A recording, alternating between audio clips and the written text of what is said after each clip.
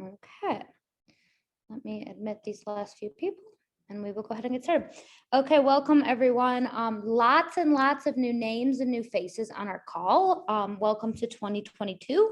I hope that this is the year that you get to license. We had a really great year. Agents of Change just kind of exploded in 2021, and I hope to see our community grow in 2022. There's lots of exciting stuff coming this year. We're going to try to start offering CEUs. We're going to try to start offering mentorships, and we're going to also try to start offering professional learning communities. So lots of exciting stuff to look forward from. So once you pass the test, you won't be done with Agents of Change yet, because there'll be a lot more opportunities to kind of advance your career. So today we're kind of just going to talk about how to prepare for the exam. How do you wrap your mind around getting set in the new year? I think the new year is always a great time to reset. Plenty of time taken over the holidays to spend time with family. So January is always a great time to either start your studying or push forward. I know some people are testing soon. So today we are going to talk about some changes to the ASWB software that are coming out, that they already came out. They started on January 3rd. We'll go through some study techniques, test strategies. I'm going to walk you through the platform as always. And then if you are new to the platform, we always end each session with practice questions. So you'll never leave a group without doing some sort of practice questions. Today we have 3 and we do those together. We have a ton of people on the call today, which is very exciting. So how I wanted to start today is, before we jump into any content or anything, I wanted everyone in the chat to put one of your goals for 2022 other than passing the test. So what is a goal that you have in 2022 other than passing the test? Maybe it's like committing to studying. Maybe it is exercising more. What is a personal or professional goal you have in 2022? Maybe it's get a new job. Maybe it's start in a new field. There's like tons of opportunities in 2022. And I just hope everyone can just take some time in the chat to just see, there's tons of things people are working on, which is awesome. I see getting new jobs, learning to sew, expanding your professional reach. I saw someone's going for their PhD. That's awesome. Meditate more. I see a lot about wellness, self-care, promotions. Someone said they're going to write a book. Awesome, awesome, awesome stuff. Whether it be big or small, the new year's a time for you to kind of reset and think of your goals and what you want to accomplish this year. It could even be just taking the time to slow down. That's something that I really want to work on in 2022. The last 2 years have kind of felt like a complete whirlwind. So I'm going to take the time to spend more time on myself and with my family this year. So that was just kind of to see where everyone is at, get a pulse of the room. Okay, so my sessions are interactive. If you are new, we will be using the chat function, because if we went unmiked with 137 people, it would just be complete chaos. So we'll be using the chat function. I will be sharing my screen in just a moment. And like I said, if you have any questions at all throughout, please use the chat. I might not stop right away to get to your question, but I will try my best to answer. I'm also in the chat going to put my email, agentsofchangeprep@gmail.com. If you ever have a question, you may email this at any time. Someone will get to your answer within 48 hours. So if you ever have any questions, feel free to email me. If you have questions throughout this session, make sure that you type them in the chat and I will try to get to them. So let me go ahead and share my screen. Can you just give me a thumbs up if you can see this?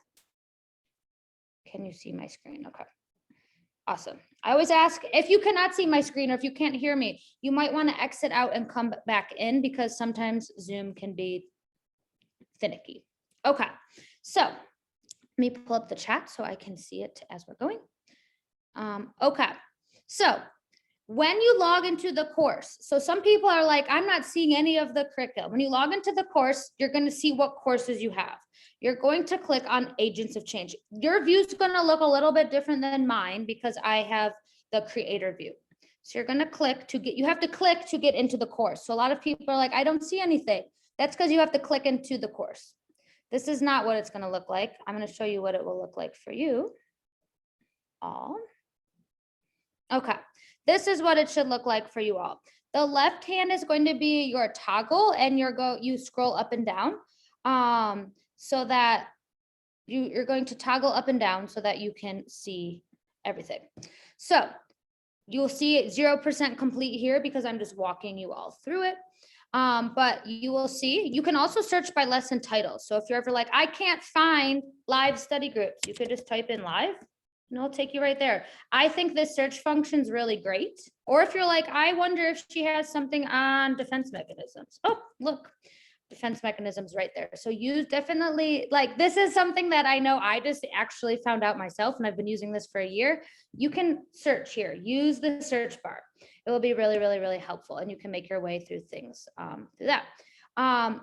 People always ask me, where can I find the study groups? You're going to scroll down to the bottom. You will see live study group sessions.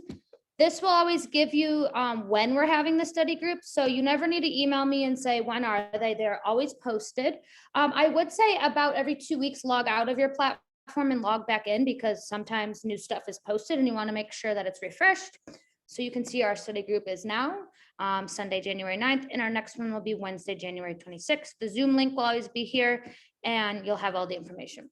Then if you are new and you've never seen any of our past study groups, lucky you, because they're all here under past study groups. You will click right here where it says click to access.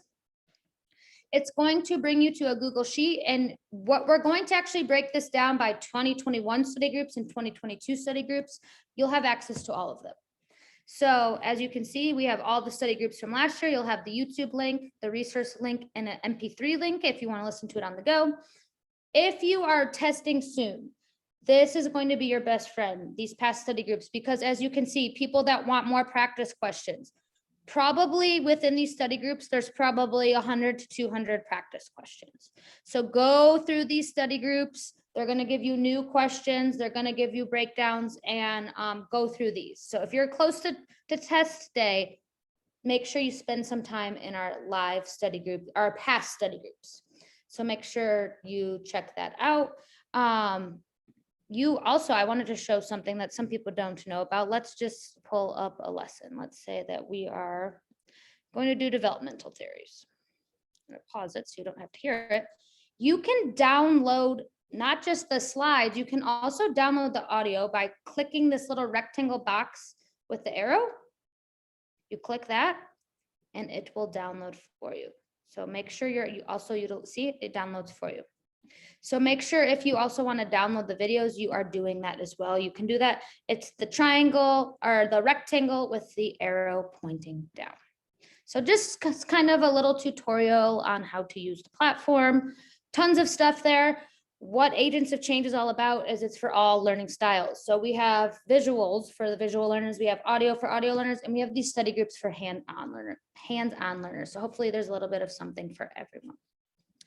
Okay, and exit of this, exit of the platform, and we are going to talk about the new testing software. If you've taken the test prior, it was very, very dated. So I'm going to pull this up.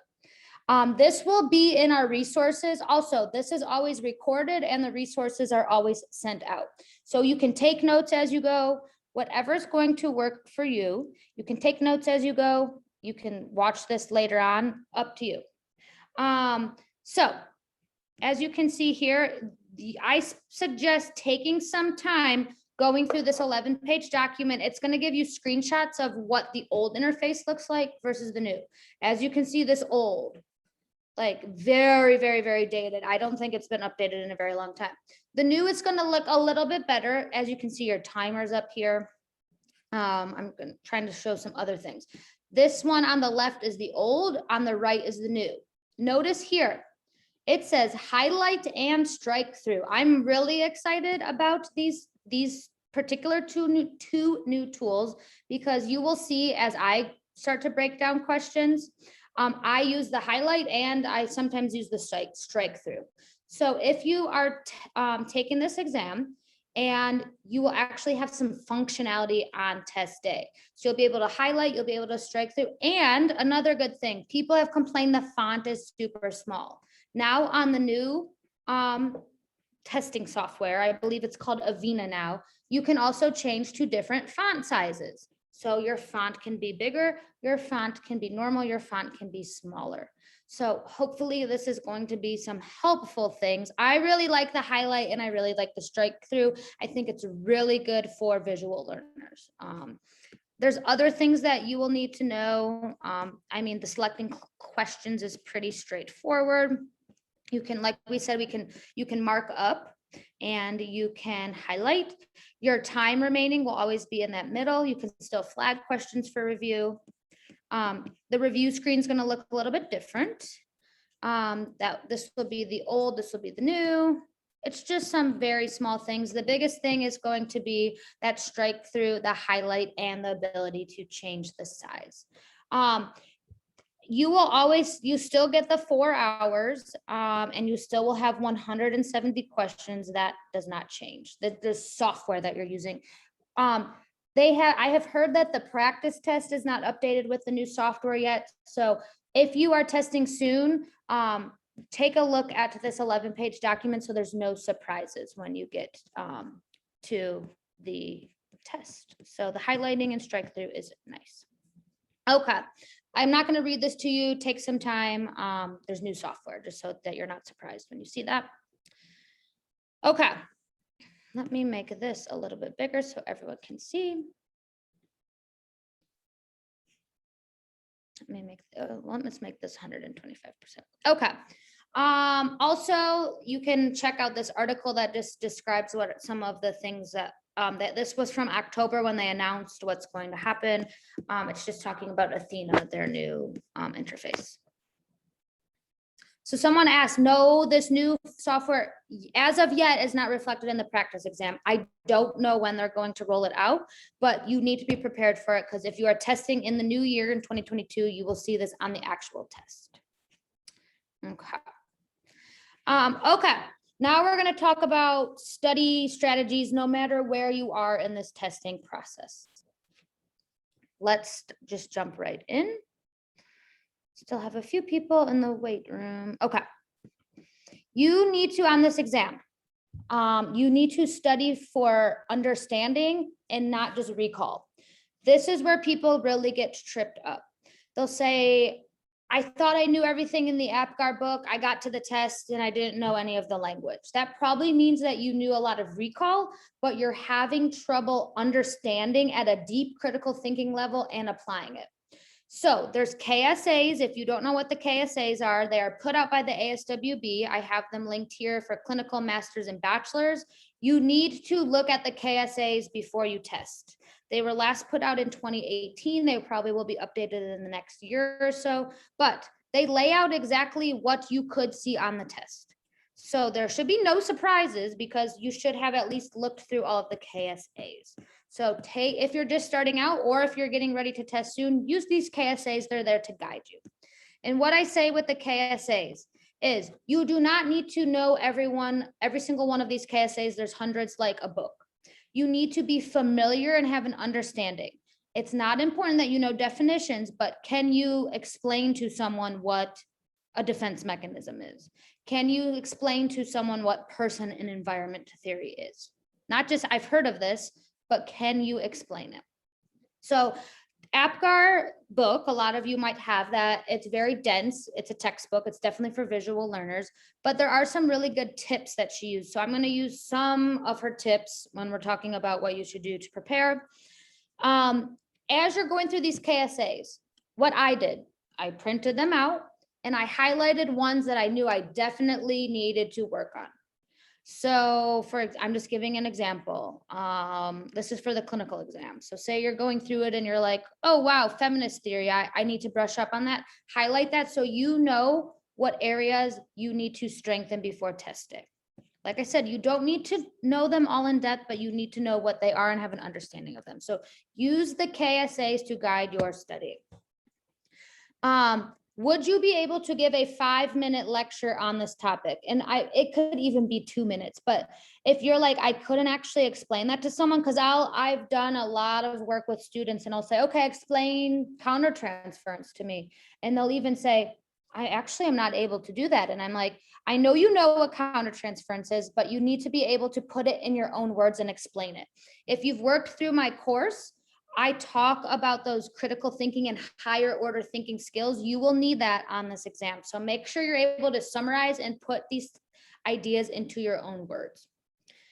The next thing, whenever you're studying, why is this important? You don't just, some things you just have to learn for the test and you just have to learn, but why is it relevant to social work practice?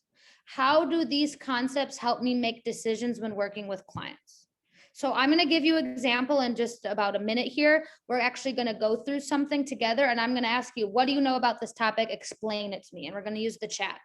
And you're going to see people are going to explain it in many different ways. That's important because you need to know why it's important to practice and how it helps us make decisions. Okay. Do you know how this content area relates to the assessment and treatment of clients? Why do we do social work? To assess and treat clients. That could be on a micro level, a meso level, or a macro level. How does this concept or this theory impact or influence a problem? So you got to always think, why is this important to the profession? Why is this important to a population? Why is this important to clients? So always be thinking of that. Like defense mechanisms, we could know what the definition is, but how does that affect clients? What might a defense client look like who is using a defense mechanism subconsciously? So just kind of seeing things as bigger picture than just the definition. That's going to help you with those higher order thinking questions. So if you have not, you need to check out the KSAs. Definitely give them a look, print them out, take notes. They're there to guide you. And there's a ton there. If you have the AppGuard book, the KSAs, she has her book broken down by, she has them broken down by content. So if you are trying to figure out person and environment, she has a whole, every KSA is in her book. So definitely use that. Okay. The next suggestion I give is to use the teach back model. Someone asked if I have any HIPAA related questions. Yes, I have a whole section on confidentiality. HIPAA is definitely brought up throughout the course. You will find it. And then our past study group we did in December was on insurance. So I definitely suggest checking that out too. There were a lot of questions relating to HIPAA on that as well. Okay, second piece of advice, use the teach back model. Could you teach this information to someone else? I have mastered a lot of this information because I have to find ways to present it to a variety of different learners. Being able to use it in practice, being able to explain it to someone else is much more important for critical thinking. So we're going to do this one together. I'm going to highlight this. If you were to see dual relationship, can you explain that to me? What is a dual relationship? Why is it important for social work practice? What do you think we need to know about dual relationships? Just in a couple sentence, a couple words, type into the chat. What do you know about dual relationships? It's kind of like a brain dump. Here, just type. I don't care about grammar or spelling, any of that. What is dual relationship? Someone said it's a no-no, so that's good.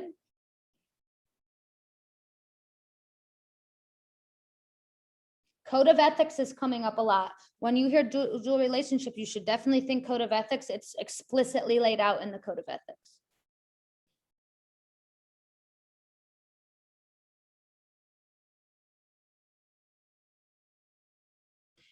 A lot of really good things here.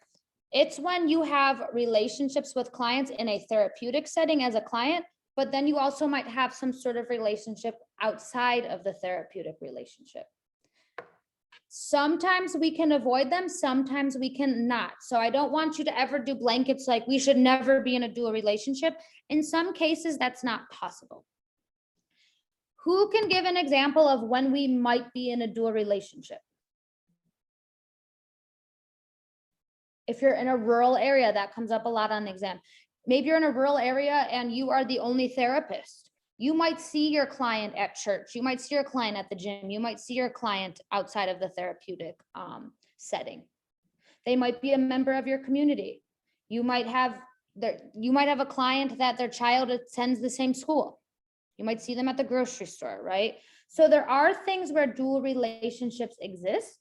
However, what do we know? So say we know dual relationships are when there's two different relationships, one therapeutic and one outside the therapeutic relationship. We know we should avoid them. Sometimes we can't. What do we do if a dual relationship exists? What do we do?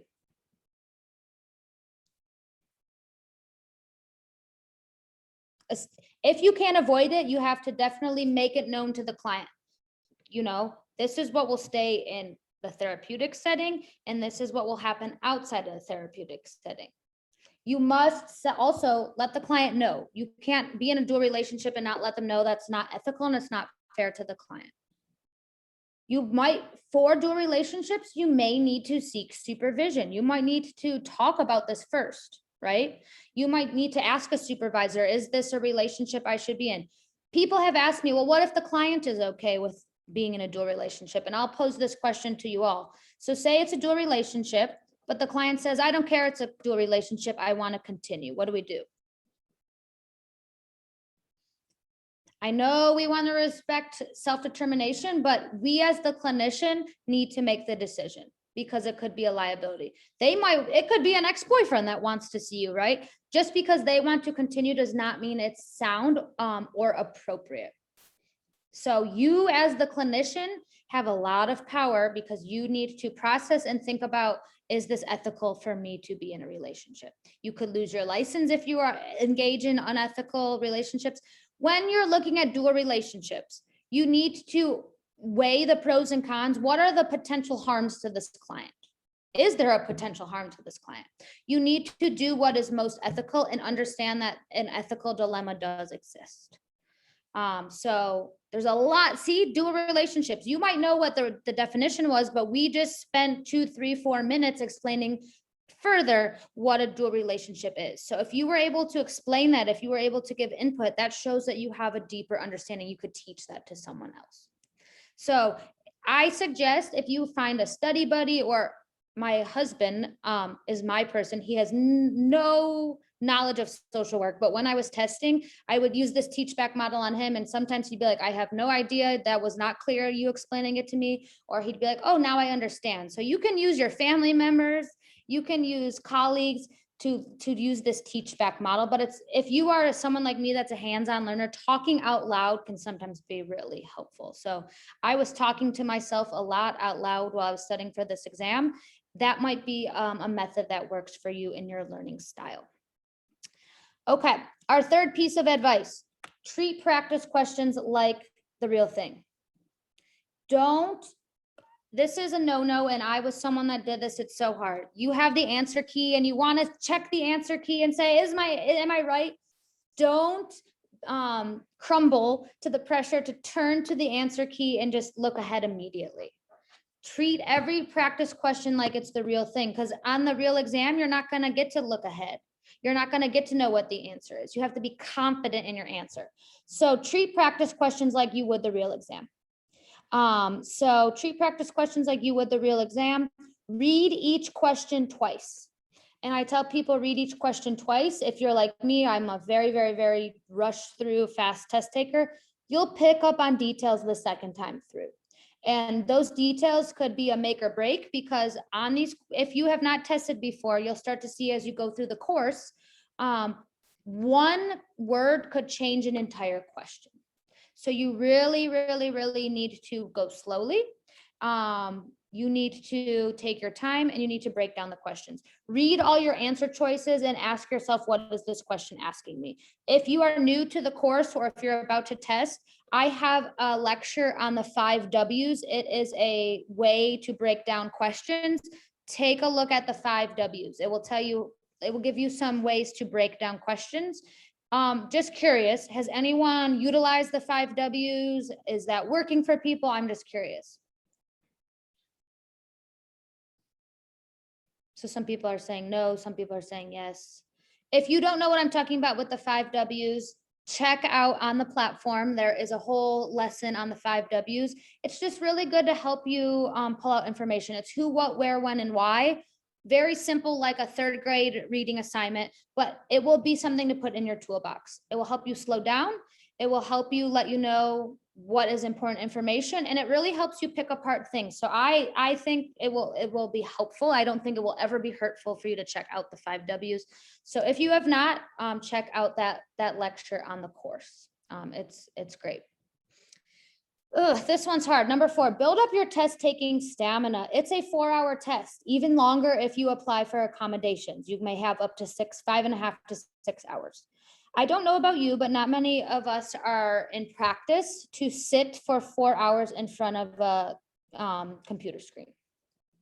So build up the stamina. I suggest you study in shorter blocks, but you do need to sit one time before you take the exam. I suggest by doing the practice exam, before you test, take one time to sit down for 4 hours. Take one time to sit down for 4 hours, because you don't want to get to that. I've had so many people not successful because they never sat for 4 hours. They never took a practice exam. And then they get to exam day and they're like, I was so mentally exhausted, I could not get through the 4 hours. So build up your test taking stamina. You need to be prepared to sit.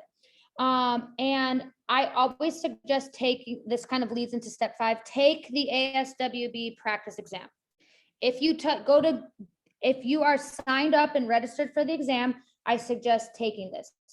It is $85. It is a great investment though. However, I will say, if you've already taken it, so some people are multiple time test takers. If you've already taken the practice exam, it's going to be the same one.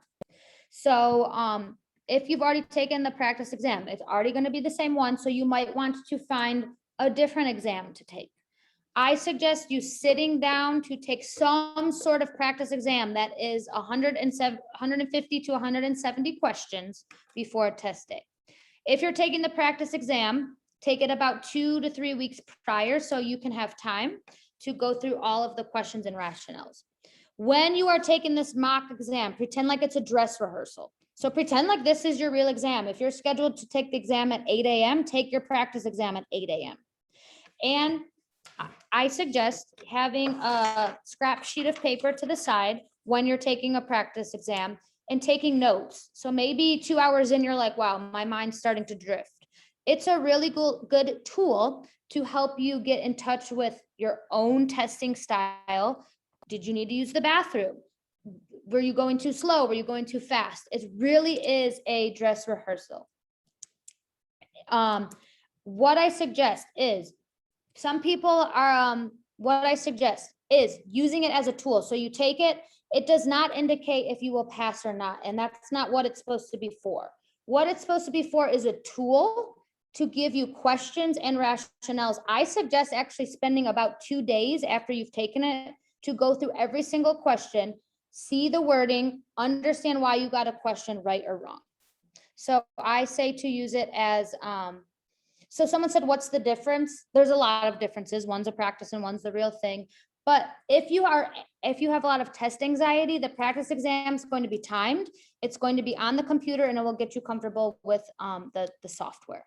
So you want to make sure that if you are someone that is anxious about this exam, take the practice exam because it will help you get familiar with, or if you're someone that struggles with technology, you might want to take the official practice exam as well. You do get a whiteboard. Someone asked how big it is. It depends. Some people get a scrap piece of paper. Some people get a whiteboard. You will get something to write on. I would say generally it's about the size of a piece of computer paper. Most people I've heard have gotten a whiteboard, but I have heard people get a scrap piece of paper. You can't write anything down on your scrap piece of paper until you begin the test. So you can't get to the testing thing and brain dump. That's what they call it. But once you begin the exam, you can write things down. People have wrote, the helping process. People have wrote down the 5 W's. People have just wrote things like, I can do this, breathe, slow down, take a break, anything that's going to be helpful to you. Okay. Back to the practice exam. It does not guarantee a pass. It is an indicator and it's there to use as a tool. Number 6, as you are working through practice questions, always be able to explain your reasoning for why you are selecting an answer and eliminating the others. You will see as we break down questions today, I'll say, why is this not the correct answer choice? Getting the answers in right is important. You need to do that on the exam. You need to get questions correct. However, you need to know why you chose an answer. That's going to give you those higher order critical thinking skills. So you need to be able to understand why your answer is the best answer, why it's the right answer, and why the other ones are not. So if you are getting closer to test day, take time to do this as you're working through practice questions. You might get 10 practice questions and get them all right. That's great. Go back through and say, okay, why did I get this right? Why are the other answer choices not the best choice? That's going to really, really, really help you. Practice questions are very, very helpful. They're a powerful tool. You will see practice questions throughout the course. Very, very important. Okay. Anytime you're doing practice questions, you always need to read the rationales. You will see, I'm going to give you rationales tonight, and people say, how do I know if a test is legit or not? If I'm like looking for materials. If you have an exam that gives you answers with no rationales, it's not a good exam, because rationales are just as important as anything else on the exam. You need to know why the answer is right or why the answer is wrong. The ASWB exam will give you rationales. Every question on my course will give you rationales. Spend time on rationales. I cannot stress enough how important they are, because they're not only going to tell you this answer was question B, but why was it B and not A, C, or D? So very, very, very important. A few people in the chat are asking about ASWB special accommodations. You can just simply do a Google search, ASWB accommodations. And it will be the first thing to come up, non-standard testing accommodations. If you have any sort of trouble with standardized exams, maybe you need extra time, maybe you have ADHD, maybe you have testing anxiety, PTSD, maybe you have medical conditions. If you are pregnant or nursing, you can get accommodations. If English is your second language, there's a variety of reasons why you could get testing or accommodations. You need to go to the site, and you also need to know if your specific state allows it. Like, I know some states do not allow non-standard testing arrangements. Always check with your state's board. It's going to be different from state to state. So if you feel that a non-standard testing arrangement would be helpful for you, maybe testing in a separate room. And to get this, you will have to go through a medical provider, or you can even have, in some cases, if it's anxiety, you might need to have it signed off by some sort of professional. But you can't just say, I need this accommodation. It has to be backed up by an expert and a professional. So someone asked, what do you mean that you can't brain dump on this? So you're going to sit down on test day. You're going to have to go through a little tutorial. So when you sit down, you can't just write on your board. You have to wait till you get to the part of the exam, because you're going to do a tutorial first. It's like, this is how you use the equipment. This is how the test is going to go.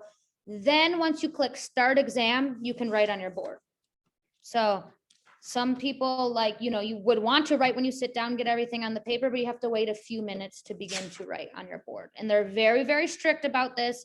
And if you've not tested before, make sure you check the candidate handbook. These testing sites can be pretty intense because you're taking a standardized exam. Any questions about the actual, when you go in on test day, accommodations, anything at all that I can answer before we talk a little bit about managing anxiety, what to do before test day? Oh, a lot of people are saying how they got, that they've gotten extra time. There's a variety of different things you can get it for, but you do need to make sure you send this in with enough time. If you are testing in the next week, you're not going to get testing arrangements in time. It will tell you all here, but it says it's going to take about 2 weeks to get approved. With COVID, the ASWB has been very slow, so I suggest that you apply for accommodations. And give yourself plenty of time to apply if you're going to apply for accommodations. Someone said, if I'm diabetic, will I be able to take a snack? I would definitely ask for an accommodation. You would definitely qualify, because some testing centers will let you have a snack, some will not. But if you have a medical condition, you definitely should get a accommodation. Let's see what else I can think. Oh, some people asked about breaks. The clock runs for 4 hours. The clock does not stop for you to take a break. I suggest that you do take a break around question 85. That's halfway through the exam. That might be that you actually get up to take a break to go to the bathroom, or it just might be you stop staring at the screen for a moment, you stretch in your seat, you ground yourself. Grounding is so very important in this exam, because you will see your mind start to wander. Like I said, talking about sitting for 4 hours is a really hard thing to do. You should get as many breaks as you want. It should not just be 2 breaks, because if you got to go to the bathroom, you got to go to the bathroom. So I would check into that. Yes, if I would check, call your testing center if that was a problem in the past. You should get as many breaks as you want. Those 4 hours are your time. Let's see what else I see in the chat before we go on. People who have taken the exam before. So I know we have some people that are either, maybe you took the master's level before, the bachelor's, maybe you've taken this test before. Is there any advice you'd like to give people for test day as they're moving into test day? Someone said at question 80, if they wrote question 85 on their board and that's when they took a break, always try to do some sort of resetting at question 85. Is there anything else for test day you wish you knew? I always say dress in layers. You never know what the temperature could be. You don't want to be sweating. You don't want to be freezing. Take your time. Take your time. If you are someone that rushes, take your time. You have 4 hours for a reason. Also, a lot of people say, should I go back and change my answer? 95% of the time, your first choice, go with your gut decision. If you keep going back and changing, it's your anxiety. It is your anxiety getting the best of you. Go with your gut. I'm trying to think what else on test day. Get there early. I have a whole video in the course on test day tips. Get there early. There's nothing more stressful than getting there late. They might turn you away and then you have to pay the exam fee again. But you don't want to be late. You don't want to be stressed. Get a good night's rest the night before. Eat, no matter what, eat. So even if you are someone that does not like eat a breakfast, you have to have something in your stomach because of 4 hours. So know what time of day, know your body. Think of all of these things before you test.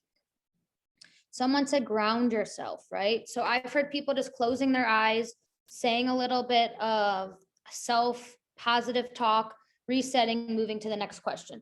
If you are someone that gets really overwhelmed with the amount of questions, 170 is a lot. A technique that works is breaking things into 10 to 20 questions. Doing 10 questions, stop, take a break. Doing 10 questions, stop, take a break. That gives you a way to reset. You also always need to have your eye on the clock. You don't want to run out of time. So you have about 90 seconds per question. If you cannot select an answer, do your best, pick your answer and move on. You can't spend multiple minutes on one question. You will get behind.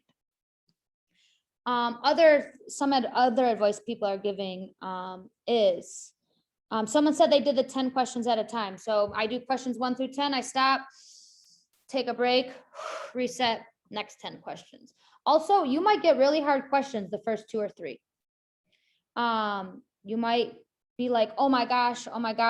That's only the first 2 or 3 questions. You still have 165 plus more questions. So every question's a chance to reset. Every question's a chance to reset. And of your 170 questions, 20 will not be counted. You will not know which 20 these are. They're unscored items. So you need to treat every question equally. If you don't know, you make your best guess and you move on. Never leave any questions blank. If you leave it blank, you will get it wrong no matter what. So never leave questions blank. Someone asked if you're able to read out loud. You're not really able to read out loud. So I suggest finding ways to kind of read in your head, because there are other people in the testing room. So there might even be people taking other exams, nursing, a bunch of different things. It's not just social workers taking the exam because it's a testing center. I'm trying to think what else. You do get headphones. Some people choose to use the headphones, some people don't. Let's see, anything else I'm saying? Don't overthink, right? Read the answer, don't add any information, don't make assumptions, make your best choice and move on. Take your time, but also keep your eye on the clock. So you have 4 hours. If you are not around halfway point 85 by the 2-hour mark, you're going too slow. Someone said, can I repeat what I said about the 20 questions? There are 20 unscored questions on this exam. You take 170 questions, but only 150 are counted. There are 20 questions that are unscored. You will never know which ones those are. The ASWB is piloting questions to use in upcoming exams. I'm trying to think what else. Passing scores vary. They're anywhere between 93 and 104.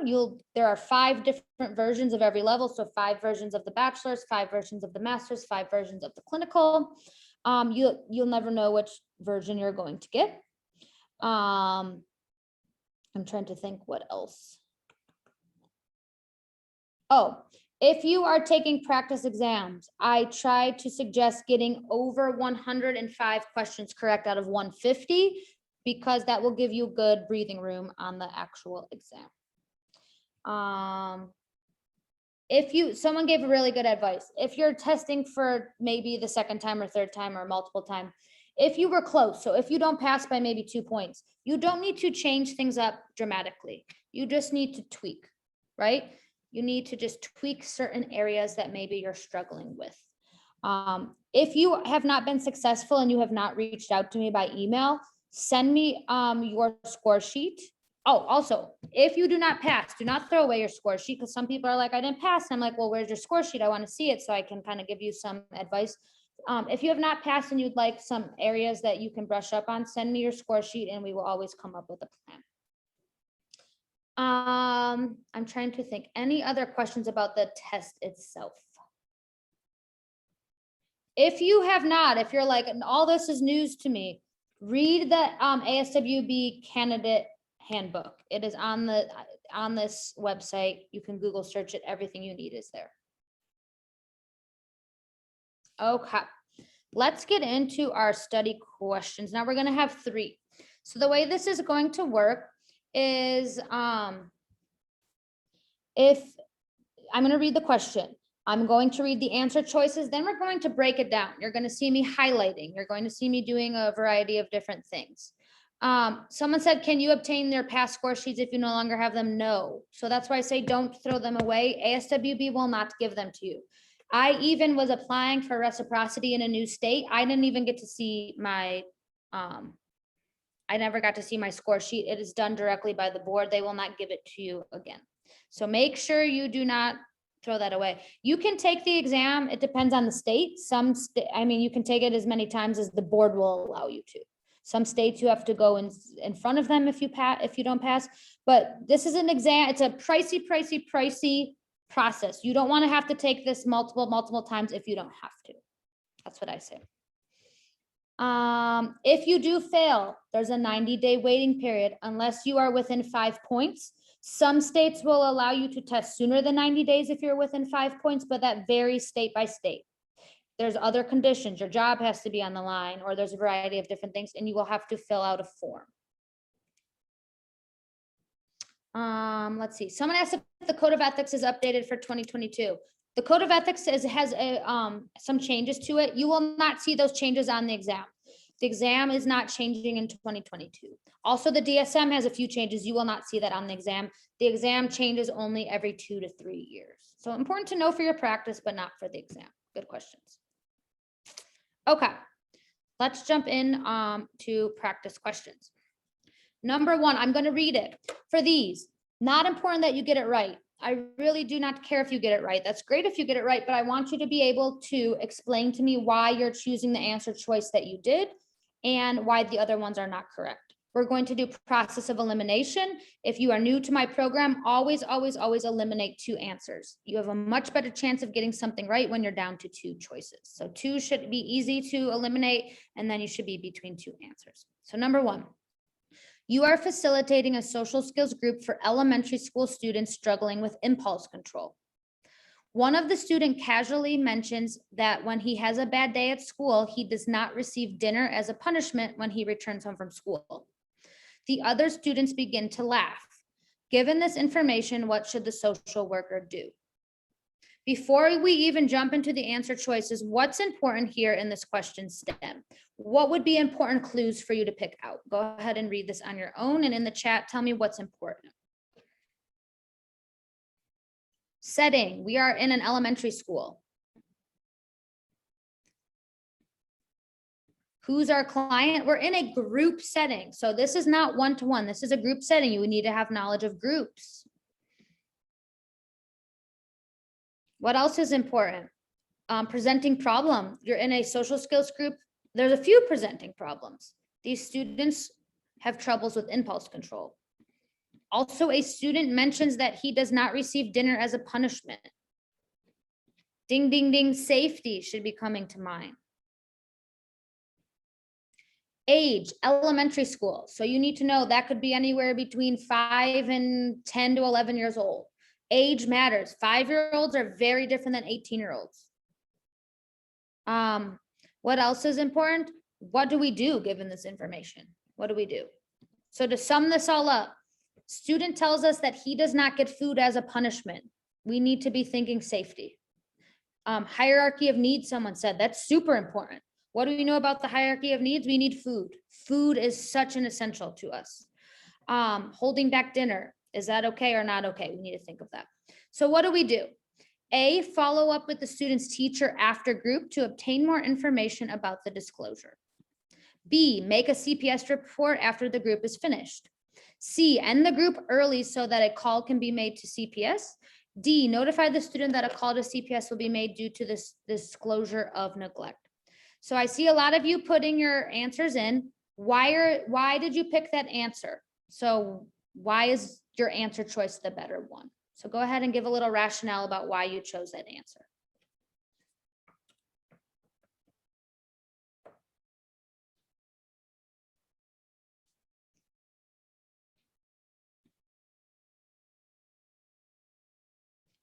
And we're going to go through all of the choices and talk about why it's a good choice, why it's not a good choice to get us to the right one.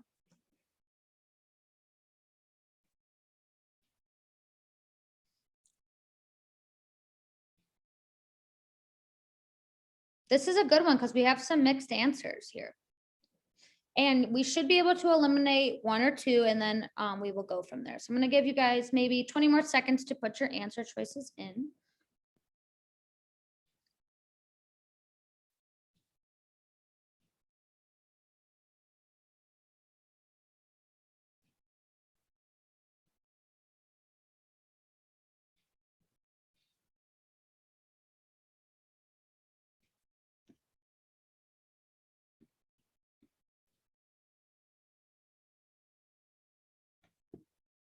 Okay, let's start eliminating. What is wrong with answer choice C? End the group early so that a call can be made to CPS. Is this an immediate concern that would require us to stop the group, say group is over, I need to make a call? No, it's not an urgent, especially because you're in a group. You're not going to say, okay, everyone, group's over. Disclosures happen in group. So C is out, that it's not of the most urgency at this point. Okay, let's see. What is wrong with D? Notify the student that a call to CPS will be made due to the disclosure of neglect. Why would we? Very, very good. Someone said you're not going to tell an elementary age school student that you're calling CPS, right? That would be, imagine a 5-year-old, okay, you disclosed to me that you don't get food as a punishment. I'm going to have to call CPS. That would be super, super scary and not really appropriate whatsoever to tell an elementary age school student. If this was a teenager, that might be a different thing, but that's not appropriate. Okay, so now we're between A, follow up with the student's teacher after group to obtain more information, or B, make a CPS report. A is actually incorrect. There is something that is violated in answer choice A. What is wrong with A? Students in group and makes a disclosure with us. Confidentiality, right? We cannot just go, this kid told us something in group and we can't just immediately go to the teacher. We cannot just go ahead and share that information unless we had permission. We don't have any indication that we have that. And I don't necessarily think that following up with the teacher is going to give us any more information. A direct disclosure of neglect has occurred. If a child is not getting food as a punishment, that is neglect that needs to be reported. We don't investigate it. CPS does that, but for test purposes, we need to report it. We need to report it. So B is the correct answer. Make a CPS report. Someone said they thought the teacher was present. There are very few times in a social skills group or in any sort of group, unless it's in the classroom, but it would specifically say you are in the classroom where a teacher would be present in a school setting. So make a CPS report. Because here we do have enough information. Sometimes we need to get more information. We know that it's being reported to us that food is being withheld. Food is something we need. Children need dinner. It's important that we report. Any questions on number 1? It was tricky. Okay, number 2, I'm gonna bump this down to the next page. Number 2, a social worker is a member of the disaster response team in a community where there was a recent tornado. An elementary school was destroyed and 3 children were killed. A month later, parents and school officials asked the social worker to evaluate a child whose behavior has become unmanageable in class. The child is having difficulty concentrating and has not completed any assignments in several weeks. What should the social worker do first? Before we look at our answer choices, what's important here? And we will do the 5 W's for this one. Who is our client? An elementary school child, a minor. We know we're in elementary school. So who is our client? That's what who is. Who is the client? Elementary school child. What is the presenting problem here? What is the presenting problem? That's what. There could potentially be trauma, but what is the presenting problem? Unmanageable in class. The behavior is a problem. Difficulty concentrating. Not completing assignments. There's so much stuff going on. So we have our who, we have our what. Where is our setting? We know in elementary school. Why is this information important? Why do you think they give us information about a tornado and deaths in the school? Why is that important? Why do you think they just throw in this information about a recent tornado? Trauma, crisis, very, very important stuff. 3 children in the school were killed. Gives us more context. When is duration? When did these behaviors begin? When? And when is very important.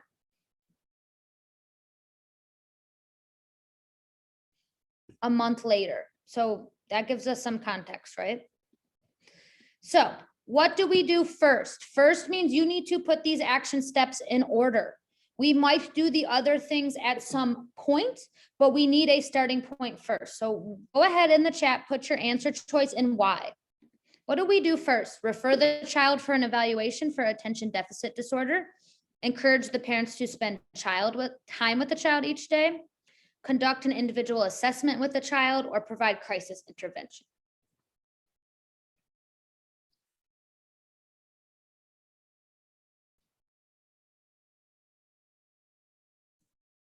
I'll give you maybe 20 more seconds, and then we'll start eliminating. We'll do process of elimination again. Okay. Let's start eliminating. What is wrong with A? Refer the child for an evaluation for attention deficit disorder. What's wrong with that?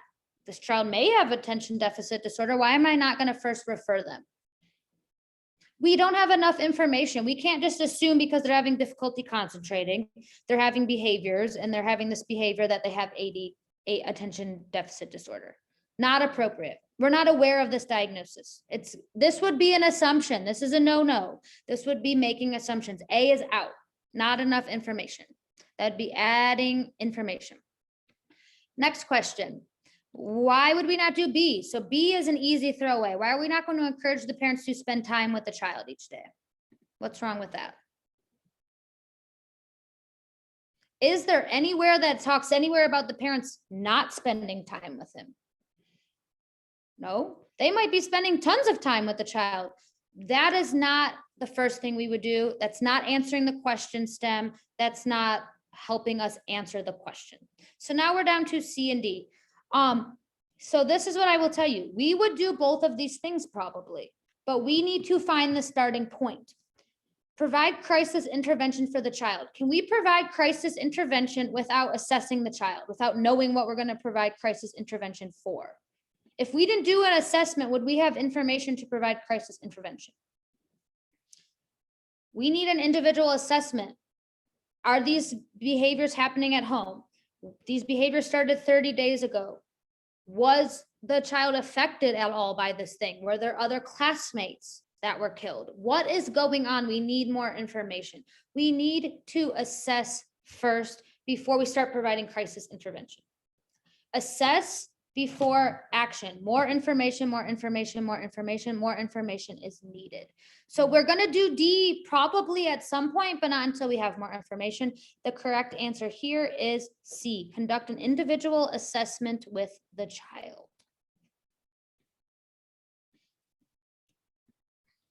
Gotta fix my highlighting here. C is the correct information. Any questions on number 2? Okay. First questions, you need to order the steps. You might do some of the steps later in the process, but what is your starting point? We can't provide intervention until we assess. You can't provide intervention until we assess. Okay. Number 3. This is a tricky one because the wording's tricky. And this is one of those which is not true. So you got to find all the ones that are true are going to be correct. The one that is not true is the one we're looking for.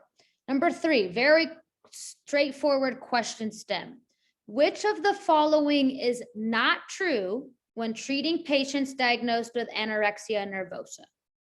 A, treating anorexia nervosa should be done in conjunction with a medical professional. Remember, we're looking for which one is false, which one is not true. B, anorexia nervosa has the highest mortality rate of any mental disorder. C, amenorrhea is common in women who are diagnosed with anorexia nervosa. D, women are at a higher risk of dying of anorexia than their male counterparts. Which one is not true? So 3 of these statements are true about anorexia nervosa. Which one is not true and why? Which one is not true and why?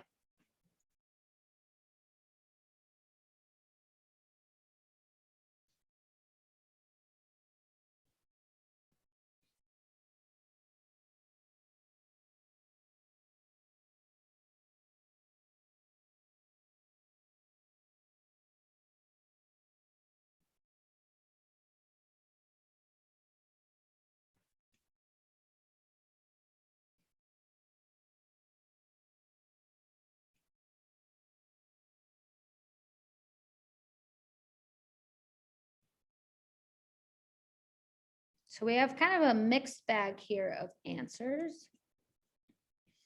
So let's just go through. And some of you are saying for D, This does not say that men are going, this is a higher risk. So just make sure it's not mortality rate, it's risk. Just pointing that out. Okay, let's see. Is A true? Treating anorexia nervosa should be done in conjunction with a medical professional. It absolutely should be done with a medical professional. We know A is not true.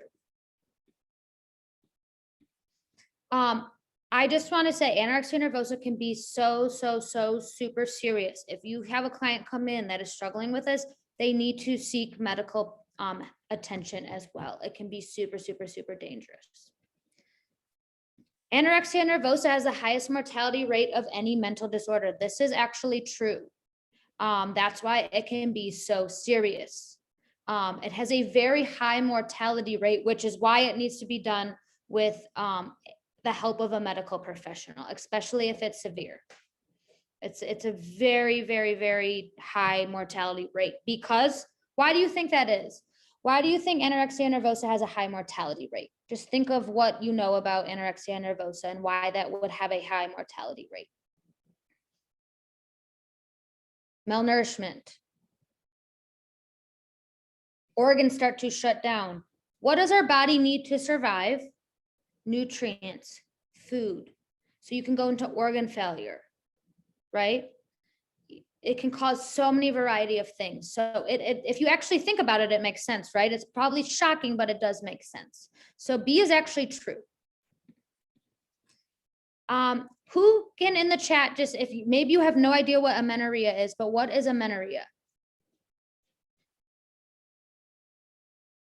It is when women stop having a menstrual cycle. Very common with women who are suffering from anorexia nervosa, because it does have an effect on your hormones. It has an effect on so many things. So it will mean that you will not have a cycle. Very common with people with anorexia nervosa. That is true. Which leads us to D. Women are at a higher risk of dying of anorexia than their male counterparts. That is actually false. Why do we think that this is not true? Women are at a higher risk. Men are actually at a higher risk of dying. Why do you think that is? Notice this was just process of elimination. Why do you think men are at a higher risk of dying of anorexia than their male counterparts? I'm sorry, why do you think males are at a higher risk of dying than women? They don't come forward as much. There's a lot of stigma around men coming forward. There's media problems with it. There's body image issues with it. They often don't come forward until it's too late. Often men are not even diagnosed with it. So there's tons of stigma. It's difficult to disclose. There's not even sometimes diagnosis. So they don't seek help. They don't come forward. Underreported. And so when this happens, they are at higher risk of dying because they're not getting the medical treatment that they need. So imagine it getting so to a point, they need medical attention. And at that point, they're at a higher risk of dying and they didn't get the medical attention that they needed.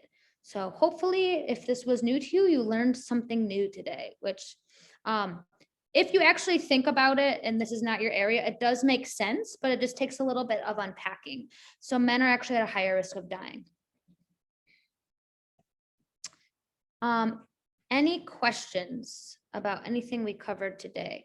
Our next study group is going to be just study questions. So we'll go through 10 questions. We're going to do the same thing. We're going to highlight, we're going to break it down. We're going to talk about why the answer is correct or not correct. And notice here, you might have gotten questions wrong, you might have gotten them right, but it's important that you can explain it and you can understand, right? Why is this question answer correct? Why is this question wrong? Any questions? I hope this was helpful. I hope you at least took one thing, even if it's learning about our question number 3 about anorexia nervosa. Hopefully you left with one little piece of information. Keep coming to the study groups. These are so helpful. I cannot tell you enough about how important these three are. How important these groups are. This will be recorded. If you ever can't make it, don't worry. They're always sent out. You'll see an email from me in a couple hours, and it will be uploaded to our study group thing. We're going to have a new tab on the bottom for 2022. So if you have any follow-up questions, feel free to email me, agentsofchangeprep@gmail.com. Anything at all, and I hope to see you at our second study group. Very, very helpful. We're going to go over just practice questions. I hope everyone has a great start to their week. I know we're wrapping up Sunday, but I hope that this was helpful. If you're testing soon, best of luck. Remember, you can do this. You have tons of tools under your belt. Look at these past study groups. If you're just new to the platform, welcome. You're going to have tons and tons of exposure, so you are ready on test day. The time zones are always listed. They're always listed in Eastern Standard Time, and I also list the times in Central and Pacific as well. So make sure if you are in a non-Eastern Standard Time, you look at the other as well. Good luck to everyone testing soon. Thanks, everyone. Have a good week.